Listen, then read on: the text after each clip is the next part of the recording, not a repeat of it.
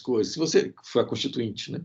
Discutindo o Brasil inteiro, se você não está discutindo o seu bairro, como é que fica aqui, né? E se você acha que você ficar lá na sua farmáciazinha, lá na sua rua, tá bom? Basta que eu tenha a minha farmácia particular, que eu assine. Então, o que eu estou tentando falar é que as políticas, o Estado brasileiro e o mercado, as políticas e as profissões são tudo faces do mesmo cubo. Para não falar duas faces do mesmo moeda, que eu falei de 4 coisas, né? São faces do mesmo cubo. É o mesmo cubo. A profissão depende do Estado, a profissão depende do mercado, a profissão depende das políticas públicas. As políticas públicas dependem do Estado, as políticas públicas dependem do mercado, as políticas públicas dependem das profissões. Sabe assim, é o mesmo cubo que se olha ele. Não dá para falar assim, essa face é menos importante que a outra. Porque se você cortar aquela face, você vai estar com um cubo estragado, não vai funcionar direito. Perdeu, o dadinho não funciona mais. Então, assim, ele não rola mais. Então, o que eu estou tentando falar aqui, isso, PDOT, Plano Diretor de Ordenamento Territorial. Isso aí. Então, assim, a gente tem o tempo todo essa relação da parte no todo. Nós somos uma parte, como indivíduo isolado. Mas quais são os todos com os quais a gente se relaciona? A gente tem o todo da profissão, a gente tem o todo do sistema de saúde, a gente tem o todo do Estado brasileiro, a gente tem o todo do ambiente todo que está nos envolvendo. A gente não tem como virar uma bolha e falar, estou solto no ar, nada disso não atinge. Estou protegido e nada disso atinge. A gente estava discutindo a questão da sociedade líquida aí. Por mais que seja o Supremo, por mais que seja a magistratura, eu quero ver se a liquidificação que está acontecendo como um todo não vai atingir as sólidas carreiras de Estado. Não sei, né? Quem garante que não? É muito ataque, é muita pressão, é muita água de todo lado, vamos dizer assim, né? Espremendo e tentando esmagar as coisas. Então, ninguém se salva individualmente. Não existe isso de falar que eu estou fora do mundo e isso não tem nada a ver comigo. Uma hora ou outra, as coisas vão dar um rebote em cima de você.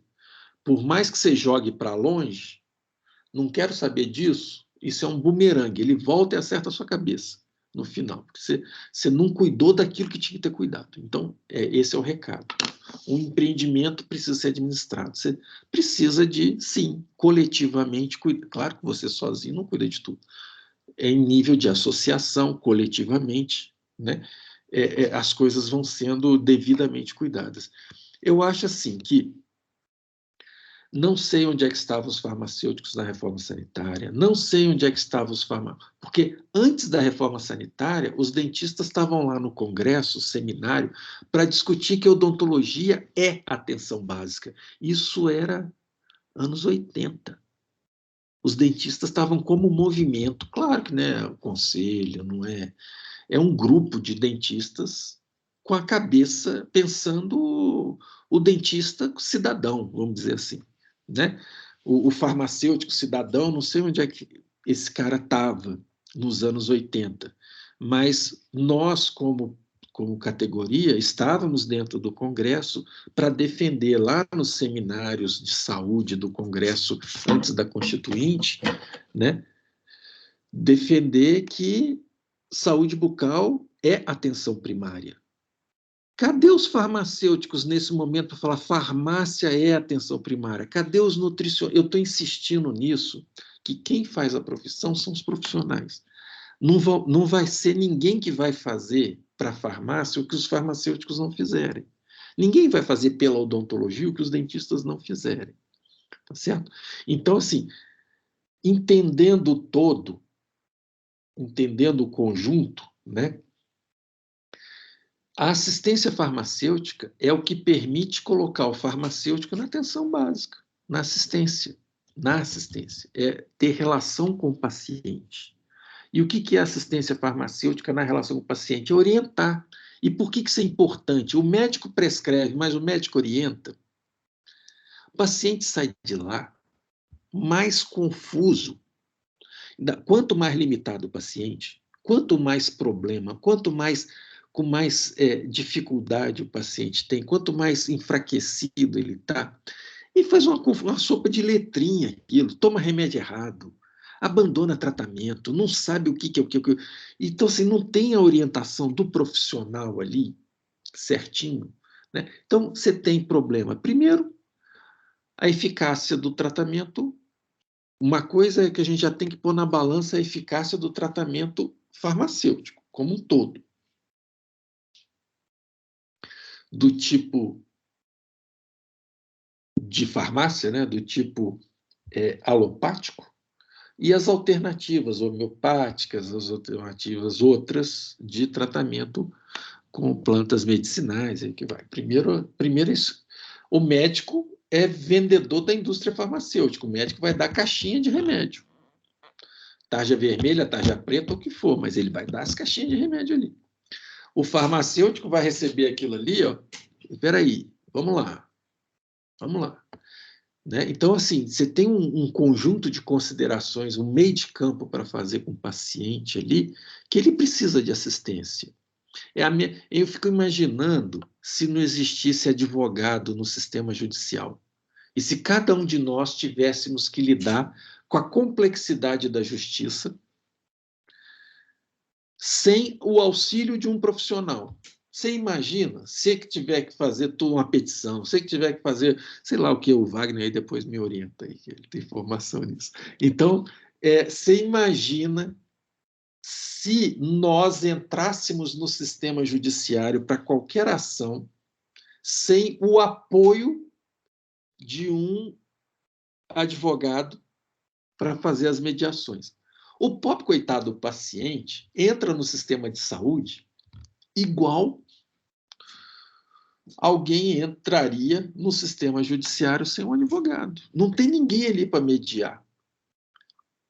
Ele lida com uma complexidade gigantesca sozinho, sem tutela, sem apoio. Ele vai de profissional em profissional, de especialidade em especialidade, vai de unidade para outra, sem perdido, coitado. Você imagina, não, agora você vai lá no cartório, depois volta na comarca aqui, né, protocolo, não sei o quê. Imagina, quem faz isso para a gente? Né? Então, assim, é muita complexidade na cabeça do pobre coitado do paciente, até mesmo na hora que ele sai de uma consulta. Né? Ele está preocupado ali com se vai ter condição de comprar medicamento, se vai ter condição de aderir, se vai ter quando é que termina, como é que consegue mais. Eu já vi gente internada no Hospital de Planaltina, que eu cheguei e perguntei, né? A pessoa estava lá assim, você está internado? Mas não dá para ir para casa, não? Porque estava assim com aparência assim, o que esse cara está fazendo aqui, né? Ocupando um leito à toa, na época que eu era superintendente lá.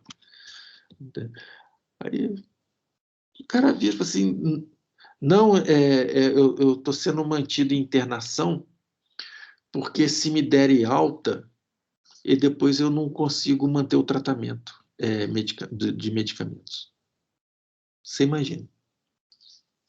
Então, você está ocupando um leito hospitalar numa enfermaria para garantir a assistência farmacêutica para o cara. Porque se ele for embora, decorre o risco de descontinuar o tratamento.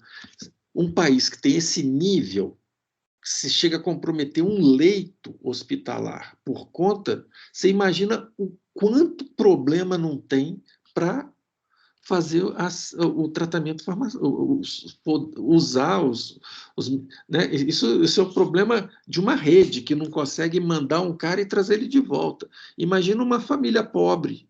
Se o sistema de saúde não consegue garantir assistência farmacêutica para esse cara e precisa manter ele ali no leito, você imagina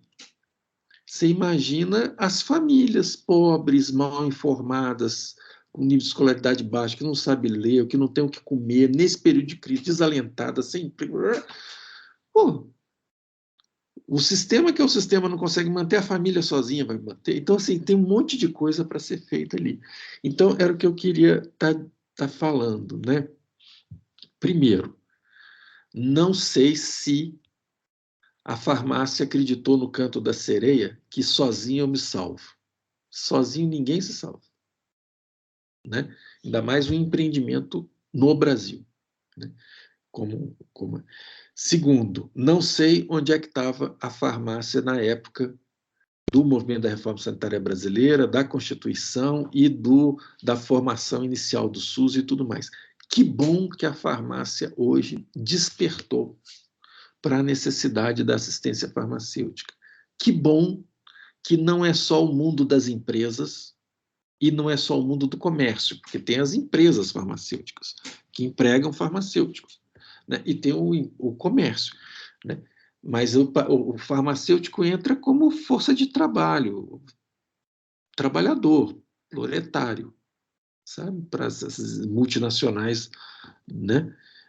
Tem também os laboratórios de análises clínicas, né? Então, assim, todo é um mundo muito comercial, empresarial, comercial, né?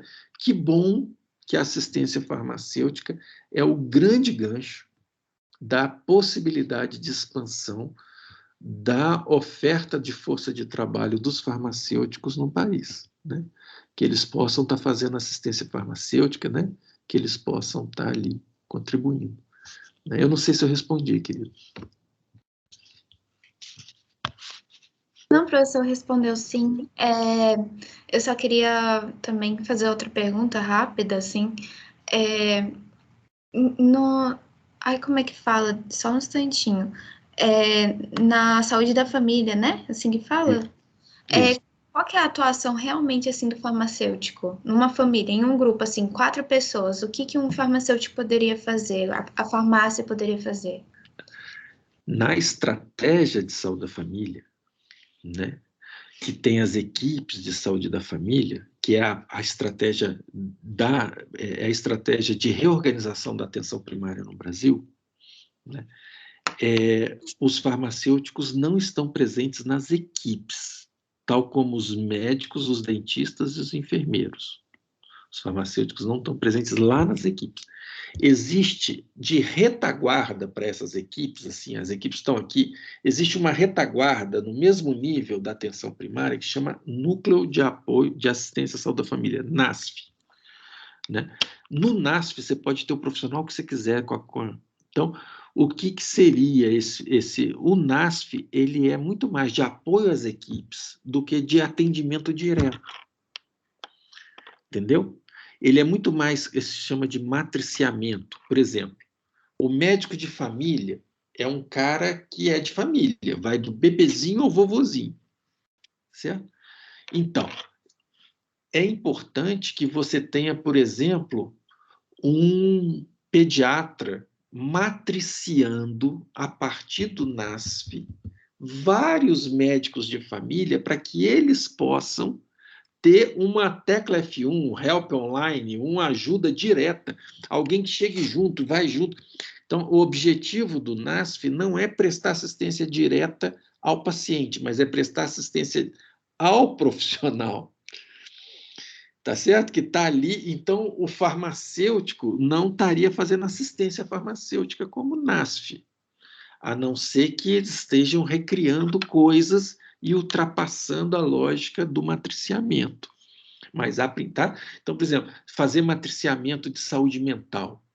Quantos profissionais de saúde conseguem lidar com a questão de saúde mental? Aí o cara lá do CAPS, né, que trabalha com saúde mental, Centro de Apoio Psicossocial de Saúde, o CAPS, o cara que trabalha com saúde mental, ele faz matriciamento das equipes de saúde da família. Ele chega junto, fala, ó, na orientação, se surtar, se tiver com tais sintomas, é isso. Mas quem é a linha de frente lá para 80% dos problemas é o profissional, o médico de saúde da família. Então, como ele não é especialista em tudo, ele é especialista em saúde da família, ele precisa de suportes, né? Então, ele não é especialista ele não é um farmacêutico, ele não é um especialista nisso, né? Então, o que nós estamos falando aqui é da assistência farmacêutica, de lidar direto com o paciente, né? É um espaço que o farmacêutico ele estaria pegando o paciente que saiu do médico, que saiu do dentista, tá certo? E na hora que ele vai lá na farmácia, ele faz uma clínica, ele faz um atendimento farmacêutico. Ele não vai diagnosticar, ele não vai prognosticar, ele vai falar assim, ó, com essa receita que você tem na mão aqui, nós vamos fazer assim, assim, assim, assim, assim, assado. Vamos aqui, você vem aqui, você volta aqui dia tal, você faz assim, entendeu? Para que o tratamento tenha continuidade do ponto de vista da cobertura farmacêutica e não da cobertura médica, certo? O médico prescreve, mas e a adesão? E a conformidade de como o paciente vai fazer em função com aquilo que foi prescrito. É isso. Não sei se esclareci. Esclareceu sim, professor. Obrigada. Nada. Tem mais alguma questão, gente?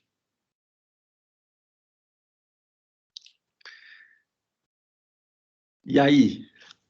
Podemos ir para a reta final? Sim, professor. Então, a gente tinha mais uma outra pergunta, mas pelo tempo... qual que é? Não, eu estou aqui para isso mesmo. Vai lá, faz lá. Qual que é? Tá, só um minutinho. Só abrir o meu iPad aqui. É sobre saúde suplementar, professor. Opa, vamos lá. Tá. As mudanças econômicas, políticas, sociais e culturais que ocorreram no mundo desde o século XIX e que se intensificaram no século passado produziram uma alteração significativa para a vida em sociedade. A saúde, sendo uma esfera de vida de homens e mulheres em toda a sua diversidade, singularidade, não permaneceu fora do desenrolar das mudanças da sociedade nesse período. O processo de transformação da sociedade também é um processo de transformação da saúde e de problemas sanitários no Brasil, né? Os trabalhadores de saúde atuantes no sistema de saúde suplementar observaram baixas remunerações associadas aos procedimentos e serviços realizados, ao passo que as operadoras têm aumentado o custo, né, repassado aos usuários.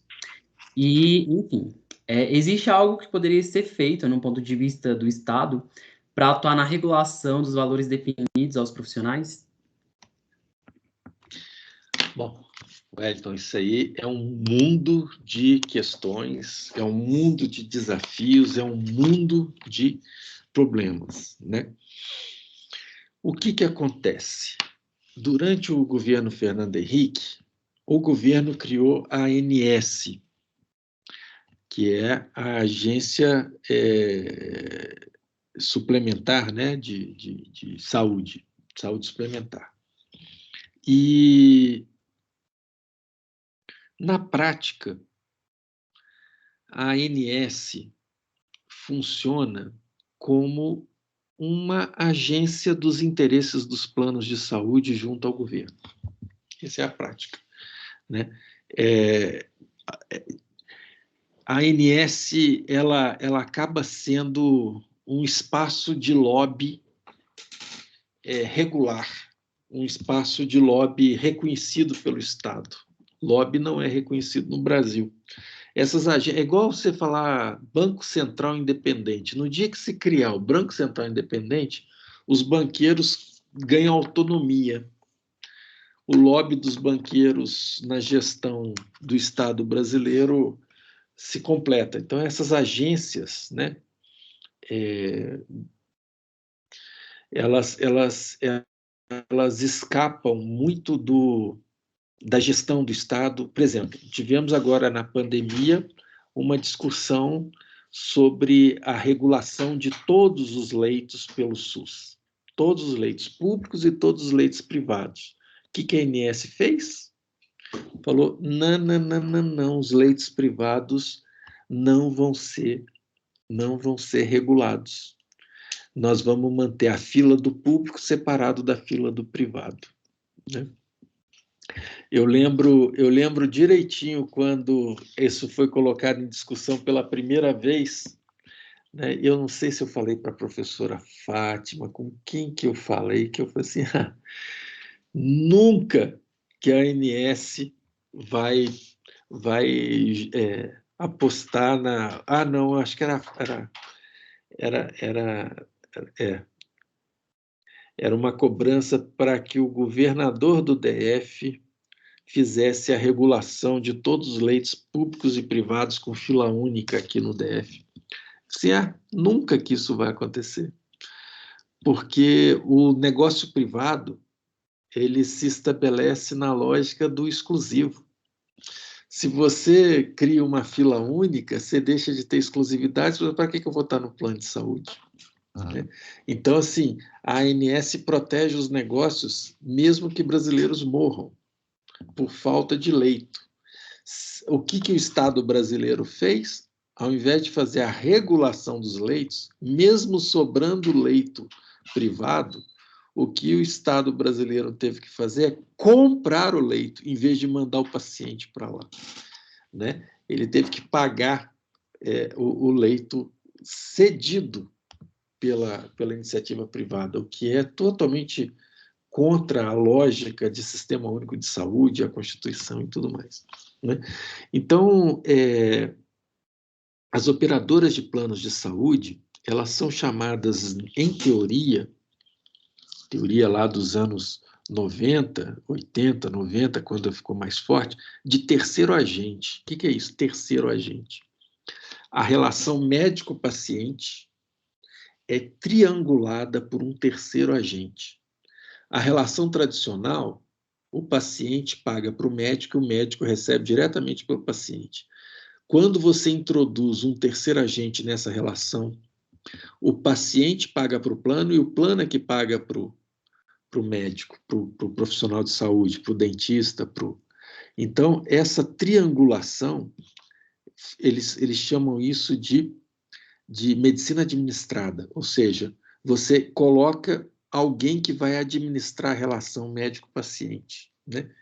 E quando essa triangulação se dá dessa forma no mercado privado, esse terceiro agente também é um agente privado. Né? As três partes são privadas. O paciente, no serviço privado, pagando do seu orçamento familiar, o profissional de saúde, fisioterapeuta, dentista, médico, o que for, oferecendo serviço, e a operadora de plano de saúde. Né? Na odontologia, a introdução das operadoras de plano de saúde, eu assisti isso, um monte de gente mané saudou isso como uma coisa vantajosa, e na época eu lembro também, assim, isso é uma maior furada. A Associação dos Dentistas Americanos, a ADA, né, e a Associação Médica Americana, né, elas condenam, sempre condenaram, já condenavam desde os anos 80, né, que a relação médico-paciente possa ser economicamente mediada por um terceiro agente. Assim, tudo bem que o paciente tenha uma relação com o plano de saúde, desde que ele pague para você e o plano de saúde reembolse ele e que o plano de saúde não tenha nenhuma relação com você, médico ou dentista. Então, o pagamento direto sempre foi a recomendação das associações norte-americanas para evitar o quê? Para evitar o subassalariamento dos profissionais de saúde, a perda de autonomia. Porque você perde a autonomia quando você começa a receber de um terceiro agente, de uma empresa. A sua relação médico-paciente acaba.